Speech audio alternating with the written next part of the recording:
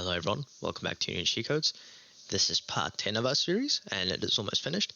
I am very sorry for the late upload. I know it's been, 9 days since the last video. There was a minor inconvenience with how I did things.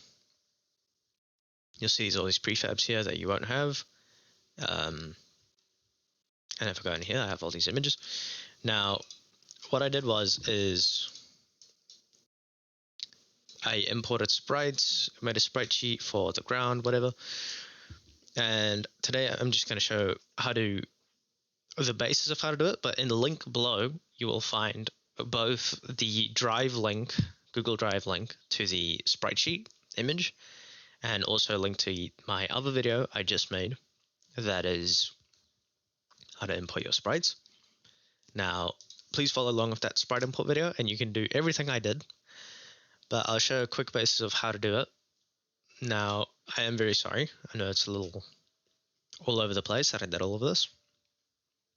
But all you want to do is you take whatever sprite sheet or whatever image you have, drag it in. I made a sprites folder. Put it in your sprites folder. Now,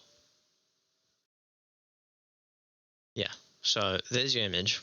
Just ignore my other one. The one of the one at the end is right, the one I'm talking about. And what you do is here on the right, you change normal quality to none, bilinear to point no filter, and single to multiple. Press apply. Now you click sprite editor.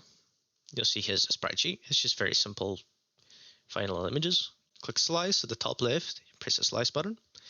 And now everything has the right shapes. You just double check that these outlines, you click them to set a blue, are right, that they go right around your character. And yeah, that's that. Now, if you want to make your life easier, but it does take time, you can rename every single little block or every single little sprite, which I did do for the other sprite sheet. And then, well, then you know what's what. But you can also just do this, click apply, and there you go. Now in here, you'll see all these little things. Now if you click on it, you'll see at the bottom right, there's the image. Just every little single thing you need is right there. Now you're just going to use these once every time. Yeah. So in the other video, I made a tutorial on how to, well, use these on your characters, whatever. So if you want to follow that along on how to do it, there you go. I will show how to do the ground blocks real quick. So, you have your simple ground blocks, whatever. You just drag it in. There it is. And for the sake of it, what I did is everything I made 1.5. So they're a little bit bigger. And then you just put a box size 2D on them, not on the blocks. Not on the blocks. That's a mistake I made. You do not put a box size 2D on your blocks. Just leave them as they are. What you can do is let's try to find it. Here, this platform. And let's try to find the other, this platform. These are the only two things you're going to give a box slider to. The other things, of course, are just sprites for your things you already have, like your traps and stuff. And again, you just make them 1.5, 1.5, 1.5 on everything. And then, yeah, you're going to click on it, give it a box slider 2D. You edit it. You're going to drag the top down, so it meets the platform right there. And there you go. Same thing with this other platform. Give it a box size 2D. You press edit and you drag it up. And there you go. Very simple platform. Now we are actually going to take this and move it in a little bit like that because it's going to go attached to the ground. But yeah, this is pretty much all you need. And of course you just name the 1.5, 1.5, and 1.5. And then all you do is, after you do all that for everything you need, in your prefabs folder, just make a terrain folder. And here you can see I have all my parts. There's the chains. The chains don't have anything on them. They're literally just chains. And the platforms there, the other platforms there, they're the exact same as these. And then I have my blocks, whatever. Now, if you did put a box cutter on your blocks by accident, because you thought that's what you meant to do, you just remove component on all of them. And then, yeah, the stone blocks as well. If you're going to do the stone, you don't have to. Just remove your box cutters on them if you did do that. Start sign. It needs a double click your start sign. You can view it like this. It's almost like it's in the world. Give it a box slider 2D. Say is trigger. Actually, no. The sign doesn't need anything. Ignore me. Not the sign. And of course, I have my traps. Now, you'll see here's the enemy that moves. Here's the fading platform. I just took one of the grass blocks and stretched them. I know it's ugly, but yeah, the same thing for the falling platform. The shooting trap holder looks like this. There's a big spike. It has two box sliders like this, but you can actually just do a single box slider and make it like fit in a little bit better. And we have the small spike. Exact same thing. And then, yeah, of course, we have the bullet, which I made the box slider a little bit smaller, so it's inside instead of the big outside. I just want to be generous towards the player. And then, of course, we have the finish line, which is the exact same. We have these little gems.